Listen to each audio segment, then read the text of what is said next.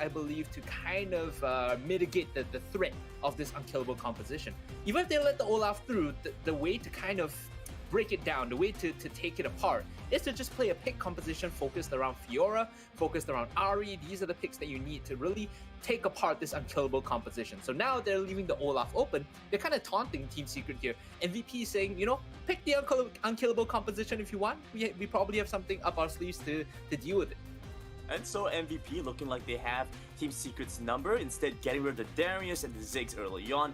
Darius, you know, this is actually something I wanted to allude to as well, because Azar and Albert might be one of the most interesting matchups in that Baron lane that I think we're going to see in the SSC as a whole, because Azar has been that big primary, I would say a secondary carry for Team Secret. Whereas when you take a look at Albert, you know, he's had some really standout games every once in a while. It's not necessarily always the most consistent, but he's had some great pop-ups. Yep, so we saw the Xayah, or rather we see the Xayah from MVP here. Xayah Rakan definitely one of the more popular and successful bot lane duos or dragon lane duos in the Summer Super Cup, and immediately the response here is going to be the Galio. Now, the reason for the Galio, I explained this, you know, when the casters were taking a look at the first BO5, Galio Kai'Sa, one of the only duos to be able to deal with the Xayah Rakan, and by picking the Galio, Team Secret also opens up the possibility of playing it in the mid lane instead. So there's flex potential here. I do like that they have this Fiora, so now whenever Fiora's in the side lane, there is every opportunity to make it a 1v2 because Galio can join in.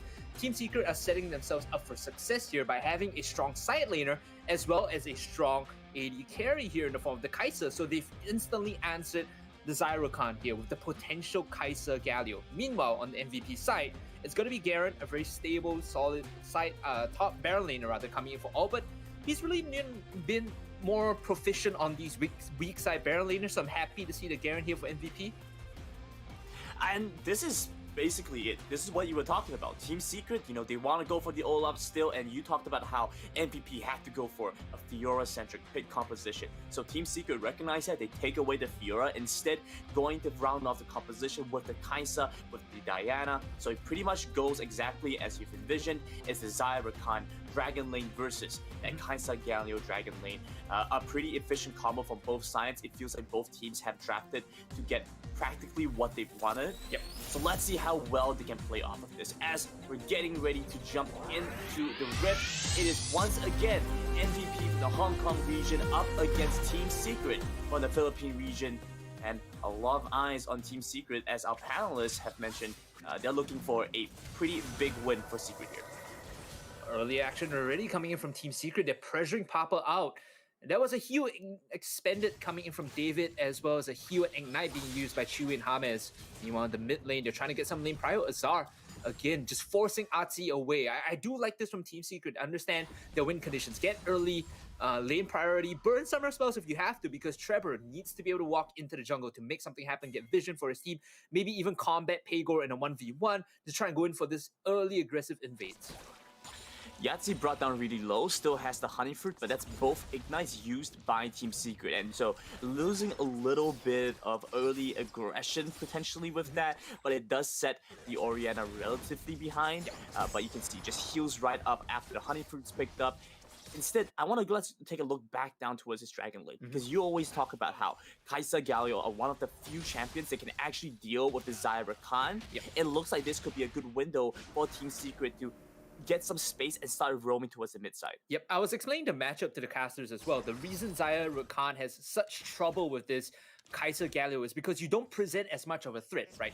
Normally, Rakan wants to go in with the grand entrance and possibly threaten a kill, but the moment he jumps in, Galio has a response. Taunt into Justice Punch to keep him in place so that he can't kite backwards. So as a result, Team Secret have a aggressive bot lane that always has prio, always is able to poke out with the Winds of War, and I think Autoluz brought up a good point. Why not just pick Leona? Well, Leona doesn't have the wave clear, she doesn't have the range poke coming in from the Galio, which allows them to set up the wave, set up the push, and consistently threaten a dive here, as we can see from Team Secret's side. You can see that Galleon is actually hovering right around that 80% pick ban rate throughout all these games. So it's such a big priority for a lot of these teams, and for good reason. Because, like you mentioned, they could set up for that dive potential. This forces MVP to make an early recall. A lot slower pace of a game than what we've seen so far. Alba just about to hit 5. You can see Pegor hovering around this Baron lane. They might be able to look for this.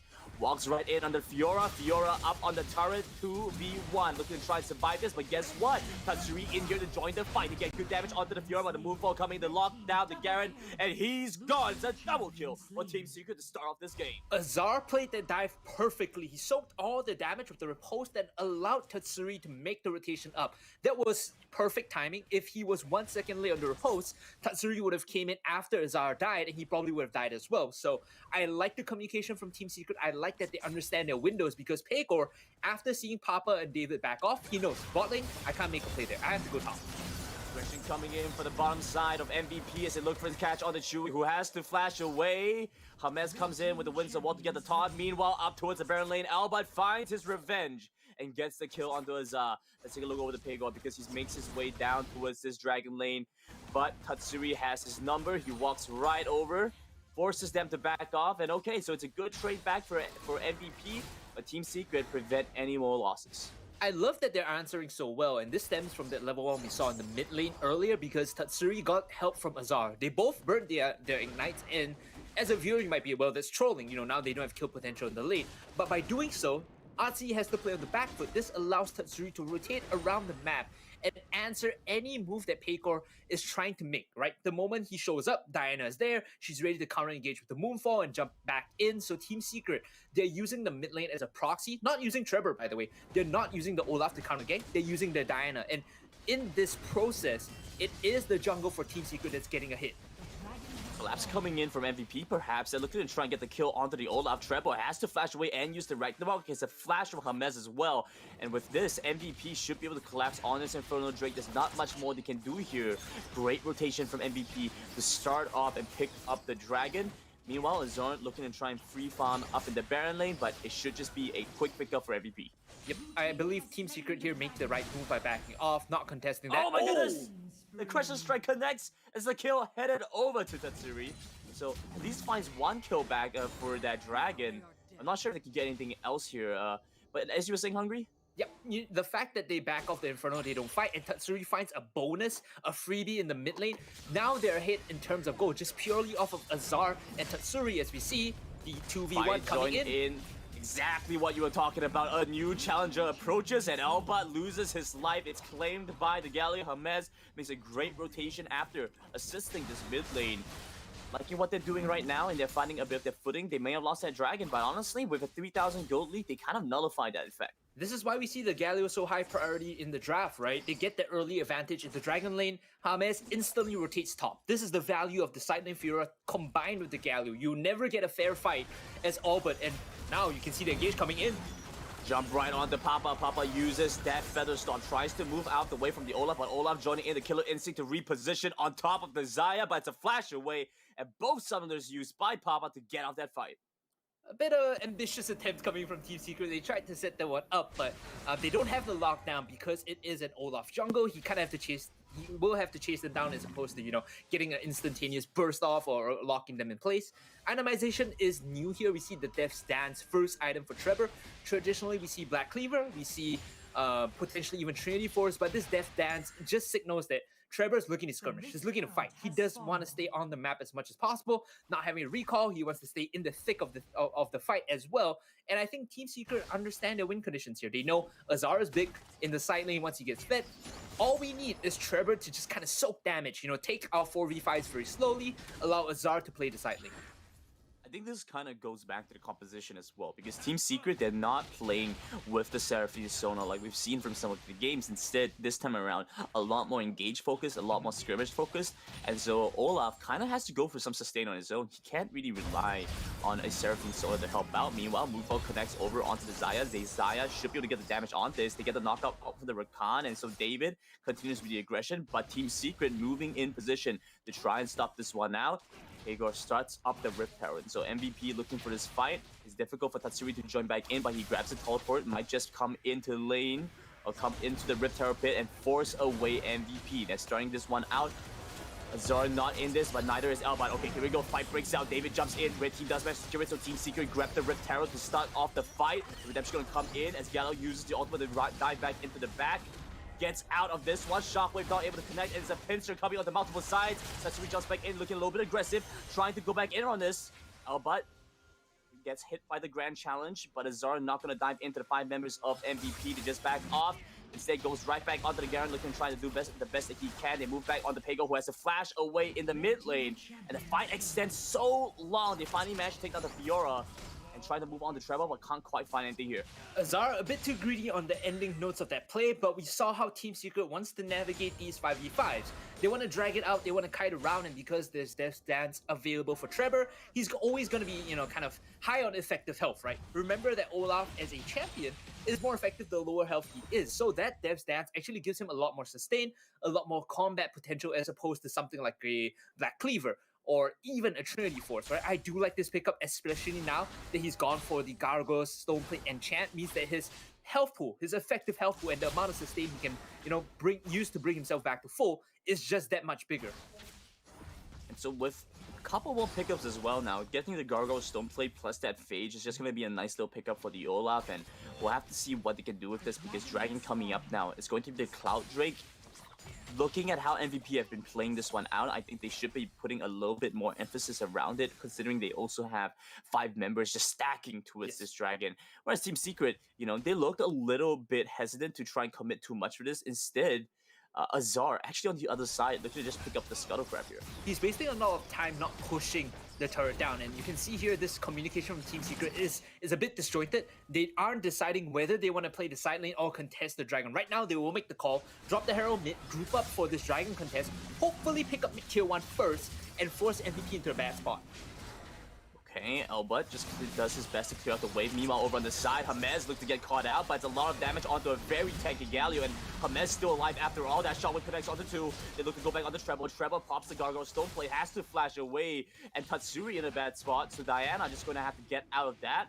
Meanwhile, we just see Chewy continue to push out the bot wave, but Papa and Pego are both making their way down to collapse onto this Kaisa, and Chewy does not have the means to fight this, has to flash out back towards the turret. Jumping back in, it's going to be a safeguard from the Lee Sin as they manage to collect the kill. Claimed up by Papa, and they move on to Dragon. Yep, this is a free Dragon because Team Secret, they messed up their communication. We saw 2 big issues there. One is they couldn't decide whether they want to collapse on the Dragon. They made the best call they could at that moment. Drop the Herald. Oh, hold on. Papa looking to go down for the Ignite. Nice shoot coming out from David, who managed to find the safety just in time. Has to flash in, but the Crescent Strike comes through anyway. Diana with the claim kill. They lose Dragon, but they manage to find Papa back. It's not the best exchange for Team Secret, who have, well, still sitting at that 5,000 gold lead, but it doesn't feel as great with how badly some of these exchanges have gone. It's because they've been fighting so awkwardly, right? They can't make these calls to kind of handshake fights properly. Azar is still going to be dealing relatively well with the Garen in the side lane, but whenever they choose these fights, they have to decide, are we going to kite it out and allow Azar to side lane, or are we going to handshake this fight in a full clean 5-on-5? I think the play right now, the best thing they should be doing is to allow Azar to just split push on the side lane, given his lead as well as his itemization. He doesn't have the TP, so there should be no reason for them to really handshake a 5-on-5 because Azar cannot join in unless he's with them already. Let's quickly take a look towards the items from Azar and Elbot as well, because you talk about Azar has to go for that split push, has to try and set up the fights efficiently with the Galio, already completes the Triforce and the Blade of the Rune King. That's a nice power spike compared to the Sunfire Cape and the Thornmail out from Garen. Even with, all the armor on the Thornmail side, healing reduction, Azar is still going to be doing a significant amount of damage just purely from proccing the Vitals. So that is an issue that will not go away the longer this game goes on. In fact, it's only going to get worse for Albert as the game goes on. So Team Secret, they have a very strong win condition now. Fiora in the side lane combined with Galio, they don't have to handshake these 5-on-5s, they don't have to take these team fights, as long as they can avoid getting jumped by MVP, which is a lot easier said than done because they have a Rakan, they have Pekor on the Lee Sin looking to insect people in, and they have a Shockwave to force a fight. But Team Secret making the best of the situation. They get some control around the Baron, and so MVP are forced to walk into them. They don't have much intel. Instead, just going to have to be content to get a couple of wards off. This is stalling a little bit from Team Secret's side because they aren't getting much done here. You just take a look at Tatsuri, who's split pushing down in the Dragon Lane. Of course, he has that teleport, so can join back into the fight relatively quickly. But you can see this is just stalling for time. They haven't been able to get all too much done. MVP, on the other hand, clearing out the jungle camps, clearing out the waves, and they're just crashing and scaling back up, closing this goal gap. The later the game goes on, though, the better it is for Team Secret because they have a scaling Kai'Sa. Oh, hold on, bot side. Might be able to find the solo kill onto the Garen. Tatsuri with good damage onto Albut, but Albut still very tanky. Yeah, has both summoner spells. They're not looking to try and commit onto this. Teleport coming out as Tatsuri moves into the Baron Pit to join in with the rest of his team. Should be able to find this. Jumping in, Pagon looks to try and steal that one away. Cannot quite find it. Instead, it's going to be headed over to Team Secret. Jumping back in, Chewie moves into the Rakan, takes him down, claims that kill, and so it's a trade back. Azar goes down, but they find the Baron and David. This is a smart play, actually, or rather an adaptation coming in, because they realize that if Azar doesn't want to be on the side lane, he doesn't have TP, we'll make sure that Tatsuri is the one pushing on the bot side with the TP and Chan, and because he's so fit, because he is 5-0-0, he's able to start these fights with the Moonfall and essentially pressure out MVP whenever they choose to engage or handshake a fight. He's 4-0-1 right now. He has the Death Cap, he has the Rod of Ages completely stacked up. So this is the point where, if you're MVP, you're more worried about Tatsuri than Azar. In fact, because all the itemization on Albut, apart from the Spectre's Cowl, is mostly health and armor, he doesn't deal very well against the Diana. That's exactly right, Hungry. He just managed to get the Spectral Call to give him a little bit of magic resist, but it's so insignificant compared to what we see from Tatsuri, especially since completing 3 items at this point, it's a little bit difficult to deal with. Meanwhile, Dragon gonna spawn up, so Team Secret, they probably want to collect this, otherwise could just try and crash out the waves. Azar finally split pushing in the alternate lane. He still does not have the teleport, instead opting for that rocket belt, so it's gonna be a very different dynamic. Thankfully, Albut does not as well. He goes for this Gargoyle Stone Plate. So both sides will not be able to join into the fight, but I think it's actually more beneficial for Team Secret to just hold the Garen in the side lane. 100%. And also because he has Baron buff, remember that these waves push very quickly and Garen cannot clear them out. There's a response here from Team Secret too, because they have an enhanced Baron recall. They can just back off and then reset near the Dragon Pit whenever they feel the timing is right. So in a way, this is like a scuffed TP and Chan if you think about it that way. And this is what Team Secret is abusing in the side lane. So they grab the mid lane as well as the side lane turret. They're looking for that last one, that tier 2 down in the Dragon lane, as the Baron is going to run out pretty soon. So it looks like they're just going to make their way to the Dragon for now. There you go. He's gonna back off. They're gonna reset onto the Dragon. In fact, Tatsuri and Trevor are already starting it up, and these are the people, these are the 2 members that present the most kill threat, right? The reason why Trevor is gonna be scaling better than the Lee Sin, mostly because of Ragnarok. Once he has items and he has Ragnarok and he has Stoneplate now, he pops it, he runs to the backline. It doesn't matter if you use Featherstorm, it doesn't matter if you charm him or try to catch him with the Shockwave. He is still going to get onto Papa. He's still going to be able to kill off both Atsi and Papa. Bit of a reset coming out from Team Secret. They've now secured themselves a 10,000 gold lead, which is just about what you like to see from a lot of these teams in the lead, because this is the point where you really start to be able to close out the game well. Baron going to be coming up again, and you take a look towards the items, they're sitting around 3.5, whereas you take a look towards MVP side, still around 2 items, still looking at that 3rd, trying to complete that. So Team Secret in a very dominant position here. I'm liking what they've been able to do this game. It's a lot more methodical. They've opened up the base, 6 turrets on Team Secret side, whereas MVP have only responded with the 1. Right now, you can see on your minimap what Team Secret are doing as they're leaning James to the side lanes, right? In this case, the strong point is Tatsuri. He's always going to be within out distance so that when Tatsuri gets ganked or they collapse on him, he can come in to reset and help him get a window back into the fight. So they're abusing the global, hero's entrance stall time for Tatsuri to put pressure on the side. And it's done so well for him. Look at that. He almost took down Yahtzee, and that forces away the barrier as well as some time away from MVP. James moving into position, looks for the catch onto the Xayah, couldn't quite find it. Instead, jump into the back. It's going to be Tatsuri looking to join in, but he gets taken down, doesn't even have time to use his ultimate. And so it's a bad fight for Team Secrets. MVP collecting kill after kill. They're jumping onto James next. Instead, they've looked to finish off Trevor, and so it's a double kill for Papa. They move on to the Baron 3 dead on the side of Secret, who've managed to throw that lead and lose that team fight. It's a bad spot for them. MVP should be able to find this as Team Secret makes their way down towards the bomb side instead. Look at the minimap. If they can get the inhibitor, it's gonna be slightly better, but at the end of it, because they have the enhanced Baron recall, Team Secret are unable to really find anything on the map, and I want to cast your eyes or your memories back to the start of that fight. Because he has teleport enchant instead of the stasis, whenever he engages, he is liable to getting melted, right? And what we saw there was exactly what happened. Jumps in, gets caught by 5 members, instantly dies before the hero's entrance is able to save him, and as a result, now he's gonna have to swap over to the stasis because he knows he's getting one shot. He knows if he's engaging for his team, that stasis buys him a second and a half for James to come in and reset the fight for him.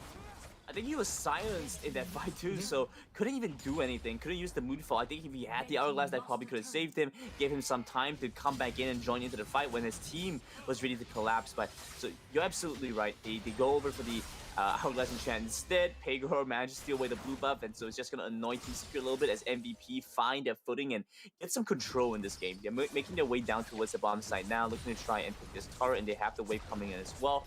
And so the gold lead has become significantly smaller. It's looking at a 3,000 gold lead, almost 4K for Team Secret, and so it's become a pretty even game for both sides. The Baron buff cuts both ways, Brandon. Remember this. If the enemy has the Baron buff, it's that much more difficult for you to clear the wave out. When you have Baron buff, it's tougher for them to clear the wave out. So you can see that Azar here is struggling to really just make sure that the wave is thinned out before he arrives in the inhibitor.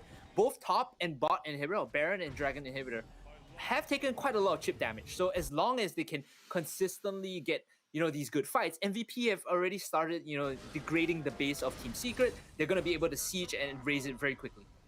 And Papa just doesn't need that Father's Day buff. He comes in here, he's 4-1 and 3 right now. Oh, yeah. He's that big carry for MVP. With 7 out of 8 kills to his 7 out of 8 kill participation, he's been in almost every single fight where they managed to win. And he's been in such dominant control despite the fact that Chewie had a lot more assistance, and now he's actually in the gold lead. And so a lot of damage on the Xayah. He's a big priority target. We'll have to see whether Tatsuri can actually lock down on the Xayah. Of course, you take a look at him right now. He has that Rocket Belt. He has the Guardian Angel plus the Feather Storm. There's so many tools in his pocket that can help him get away from these sticky situations. And you might be asking, why Rocket Belt over Stasis Enchant? I kind of explained this, or I alluded to this, because of Trevor running at him with Ragnarok. You don't want to, be stuck in a position where you can't run away. The Proto Belt gives you, hold on, engage here. Okay, engage comes out. Pegor is going to look for the kick back, but instead Trevor hits him up with the Ragnarok, so doesn't get knocked in. MVP, okay, here we go. The fight breaks out. They're looking for the catch over onto Papa. Papa uses the Feather Storm to get away. They jump back in. James looking for the taunt now, but still with the Guardian Angel. The Shotgun connects into the backline of Team Secret to get good damage onto Papa with the Moonfall, but is it going to be enough? Tatsuri goes down. Looking like Azar goes down too. And so Team Secret forced to run for their lives. His MVP still up for the chase. They're still coming in. Yahtzee with the flash forward, looked to the damage on the treble, but could not find the execute. Instead, they move back onto the Eldrick, and with Baron coming up in 20 seconds, there's little to nothing Team Secret can do to stop this. Dude, a bookmaker right now will put the game's odds for MVP at like 90%. After they get this as well as the Baron, it might be 99%, right? And the reason that fight went so badly for Team Secret was because Trevor was the one that got caught out. He should be the one engaging. He needs to be the one running in. And Team Secret handshook a really weird fight after that. Azar decided, hey, if they're focusing Trevor, there's a window here for me. He's going in, right? But remember that Fiora never wants to be the one to engage. She wants to be the one to clean up. When all the focus is on the Fiora, she's gonna melt. She's gonna die. And that's exactly what happened there. And that's doubly true for Tatsuri as well. He jumps in, tries to take down Papa, but didn't even proc his Guardian's Angel. So you can see how difficult it is to go for this big priority target. And I'm starting to feel it's a little bit too difficult. It's a little bit too late for Team Secret to come back in. They just haven't been able to find this. The Fiora hasn't been able to play to the way that you want it. It's a Globe Baron Slain for MVP. Azar just hasn't been able to get the game that he wants. He's 0-5 right now on the Fiora. That's not where you want to be. And as the Garen scales up to that 6-item power spike, he's very difficult to deal with for the Fiora. I know the Vital Procs, like you mentioned, it's kind of skill and trump that overall anyway, but it takes so much time to actually chip down the Garen, and they don't have. That's the one thing they do not have. As Team Secret, James looking to get chased down. He wants to find the hero's entrance to get out, but it's only going to be that Fiora down towards the bomb side. They managed to pick up the top inhibitor turret, and now looking at this mid 1-2. Yep, they're gonna pick this one easily because James is still really far away. You don't have that cover of the hero's entrance. This might actually be game if they can push in. They're forcing a recall and a teleport out. They cancel the teleport, and this is game, I think. And that's going to be the Nexus looking pretty low, pretty tantalizing. The Moonfall connects over onto Papa, but Papa still has a Guardian Angel and it won't stop him as he just continues the free hit, the Nexus, but it's a little bit too much. They just don't have the minion wave crashing in. Papa comes back with the double kill, pulls back, locks down, and claims the Kaisa kill. Treble running for his life, but he goes down anyway. And there's not much more of a team secret as MVP pick up game number 1 to win the first game in his BO5.